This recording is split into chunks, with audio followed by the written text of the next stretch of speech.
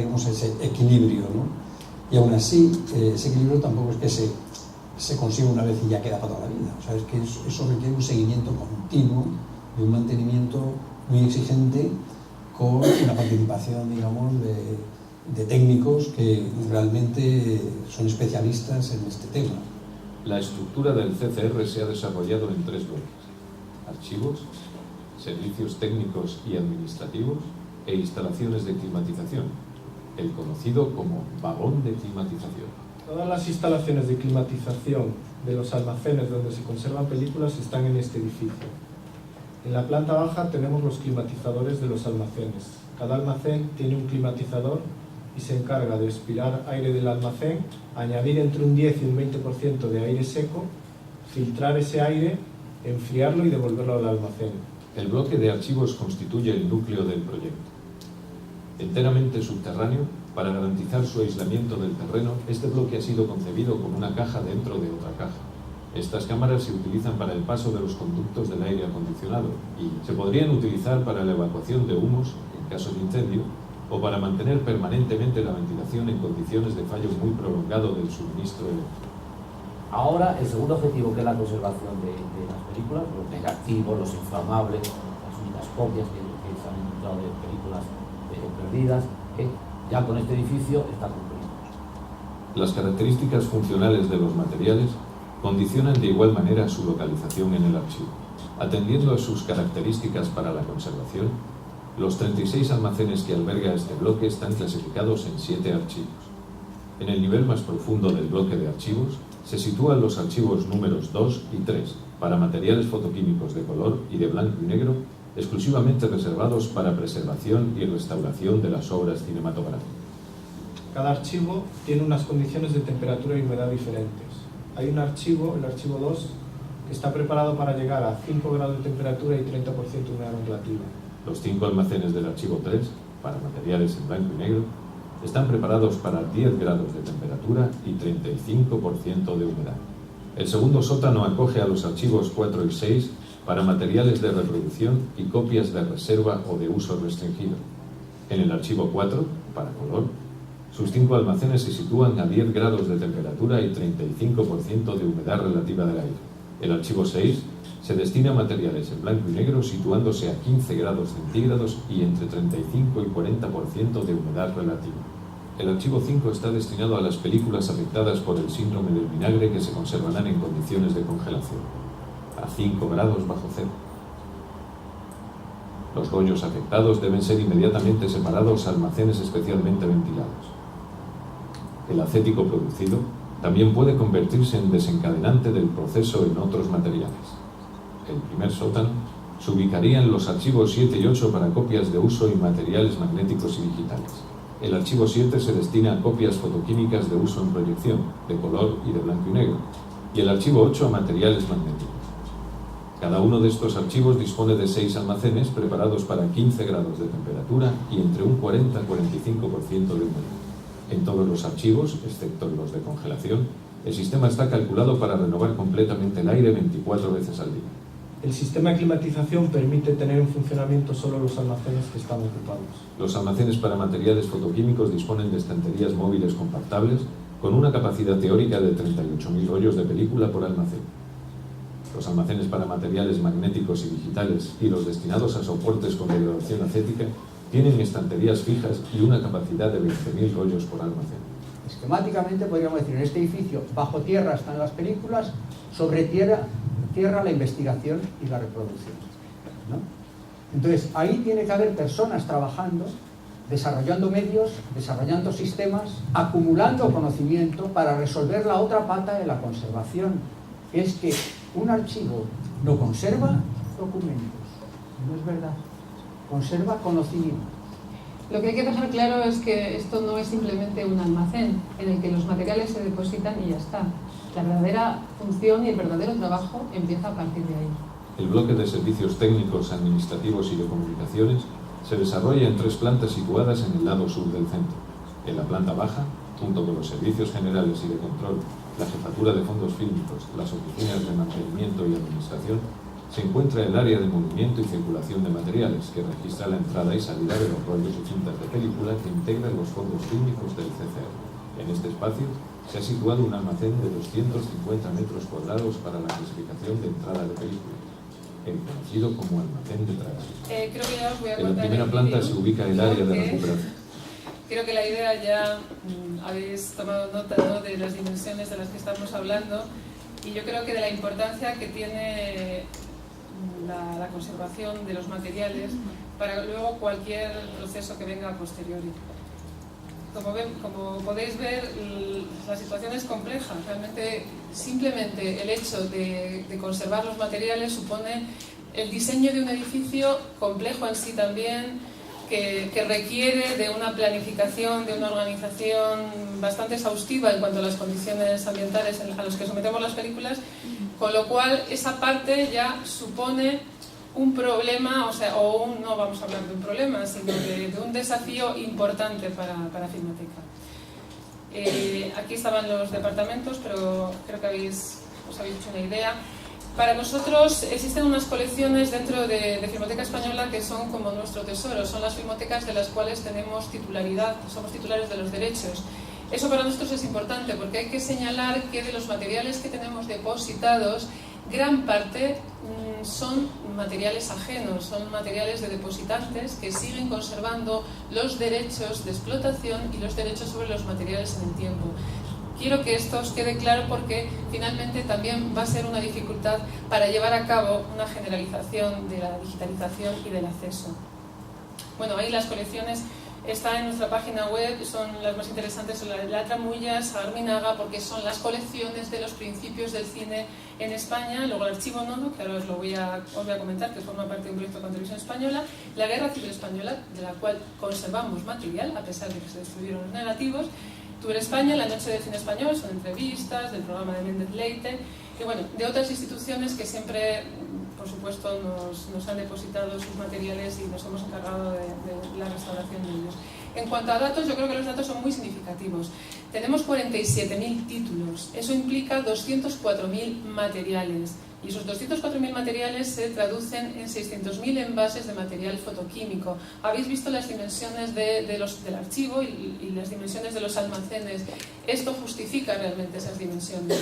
Además, no solamente existen esos 600.000 envases, sino que en breve vendrán de Televisión Española otros 250.000, con lo cual es probable que podamos cubrir la mayor parte de los espacios. Está preparado para 1.200.000 rollos. Puede ser que en breve tengamos aproximadamente 800.000, 900.000 rollos. Son 60.000 negativos y dato significativo, 12.000 títulos sin catalogar. Quiere decir que tenemos mucho trabajo por hacer. Yo diría que las grandes fases por las que ha atravesado la Filmoteca desde sus orígenes han sido una primera fase desde que se inaugura, que consiste en la recuperación máxima de todas las películas, de las pocas que quedaban de la primera época del cine.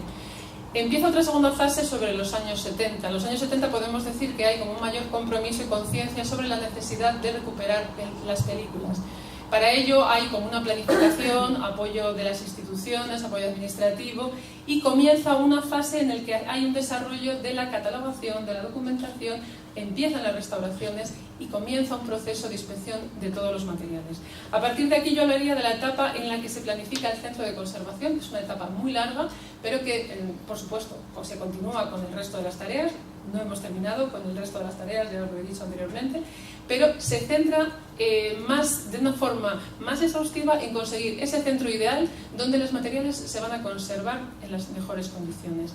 Y ahora tenemos que comenzar otra etapa en la que hagamos todo lo anterior, pero además nos centremos en la parte que es asegurar la preservación ya completa, y a partir de ahí, una vez que ya tenemos asegurada la preservación de todos los títulos, necesitamos comenzar digo, porque tenemos en estos momentos unos números muy bajos, llegamos solamente al 1% del material digitalizado.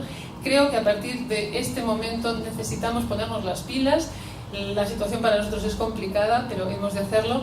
Entonces, para mí comenzaría el reto actual, que es esta cuarta etapa, de asegurar el acceso de todos los materiales, al menos de los que tenemos la titularidad, porque ya os he dicho que es una pequeña parte. Luego, bueno, el reto del cine digital, las dificultades son las que pueden ser para cualquier otro ámbito.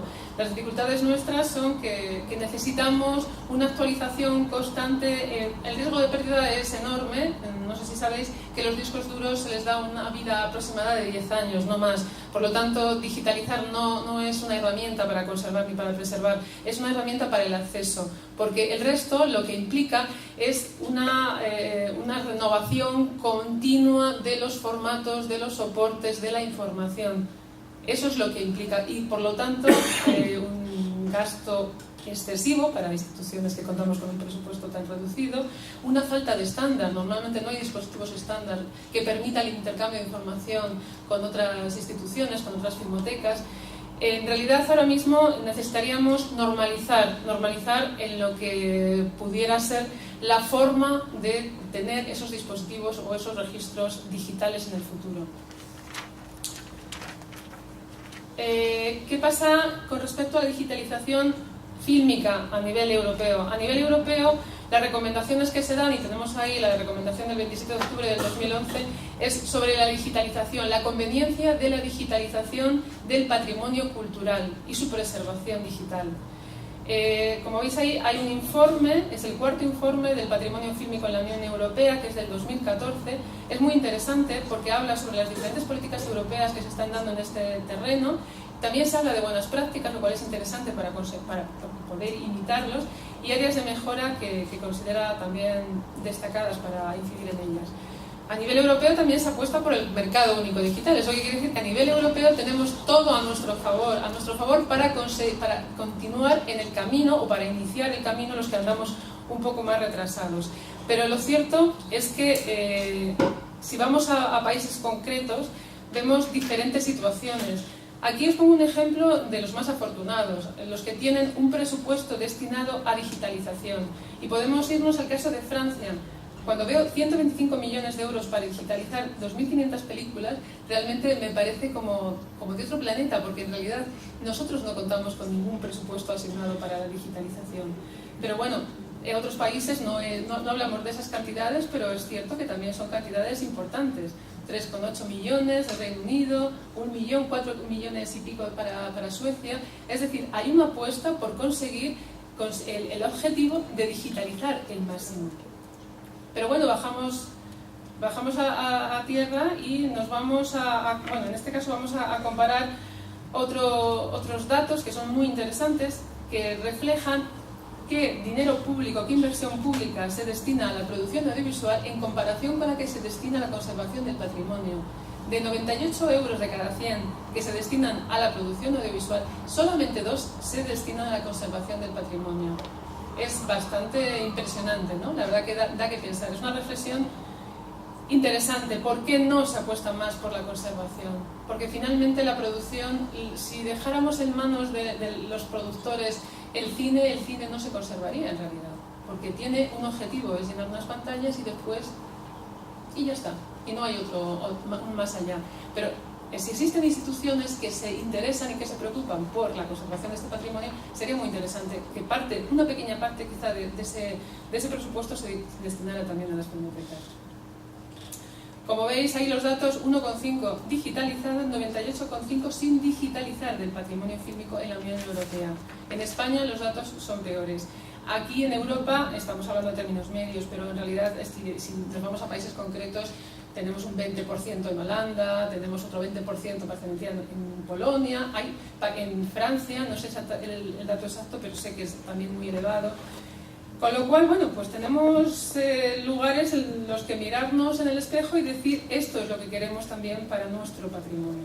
Tenéis ahí, bueno, un ejemplo de buena práctica, es el del British Film Institute, que bueno, tiene 16 millones de visitas en un portal de búsqueda de títulos, pero tiene un inconveniente, que es geobloqueado, quiere decir que solamente es para personas del país, es decir, nosotros no podemos acceder a esa información. Lo cual tampoco es muy positivo, y la Unión Europea no apuesta tampoco por este tipo de sistemas, pero al menos ellos lo tienen así. Y pasamos al caso de Filmoteca Española. Los datos serán un poco pobres. un 1% del material digitalizado. No existe un proyecto institucional a nivel ni del propio Ministerio ni del Estado. No hay una partida presupuestaria destinada a dicho objetivo. ¿Qué significa? Que nuestro trabajo consiste en buscar proyectos individuales, particulares, para ir acometiendo este trabajo del que tenemos todavía mucho por recorrer. Y por otra parte podemos hablar de una colaboración muy interesante que es con Radio Televisión Española, con la que vais a ver ahora. Tenemos una colaboración con respecto al nodo. El nodo, no sé si lo conoceréis, en la página web de la Televisión Española tenéis esta sección que es de acceso a todos los materiales digitalizados del nodo. En este caso es Televisión Española la que se hace responsable de dicha digitalización y luego se encarga de organizarlo en esta web.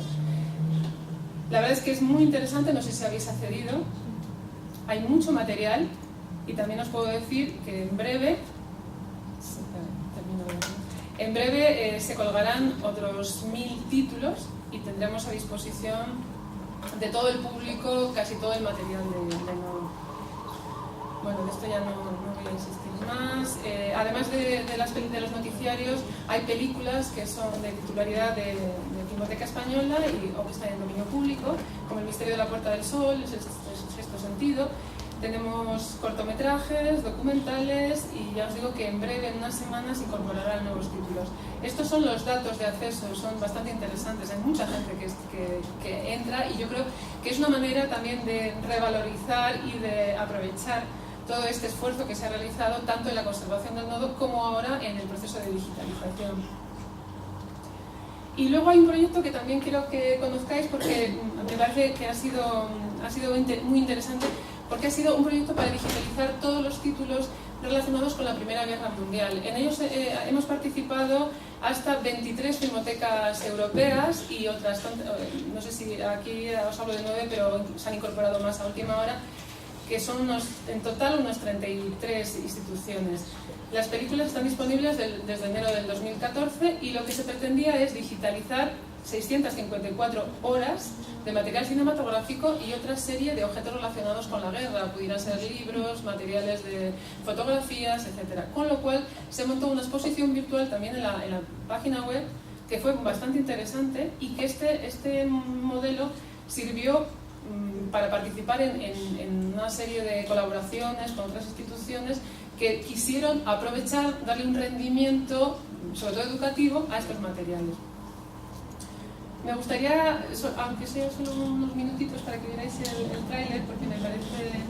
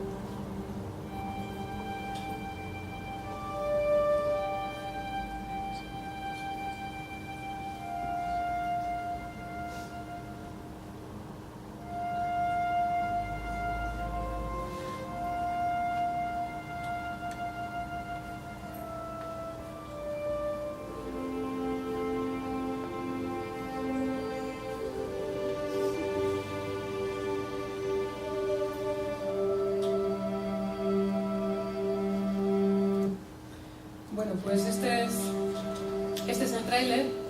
Creo que merece la pena, ¿no? A ver. Este es el tráiler de, como veréis, es un reflejo muy simplificado de la cantidad de horas de reportajes que hay en el proyecto. Os invito a que entréis en la web. Es sencillo, no os he puesto ahí la dirección, pero es muy fácil. Simplemente hacen una búsqueda de FG 1914, que es el nombre del proyecto, y ahí están todos los materiales de la guerra. Invito a la gente, a los que os dedicáis a la educación, a que lo extendáis, a que deis uso y aprovechéis estas herramientas, que al final son gratuitas, están en la web y son para todos. Y es verdad que una imagen vale más que 1000 palabras, y yo creo que presenciar estas secuencias de cómo era la guerra en estos países que actualmente parece que nos hemos olvidado de qué consistían, creo que es fundamental. Entonces, a partir de aquí, ¿qué os quiero decir? Que para nosotros es muy importante el futuro. El futuro en Filmoteca supone enfrentarse a la masiva digitalización de los materiales, supone la búsqueda de colaboradores, de patrocinadores que nos ayuden en el camino.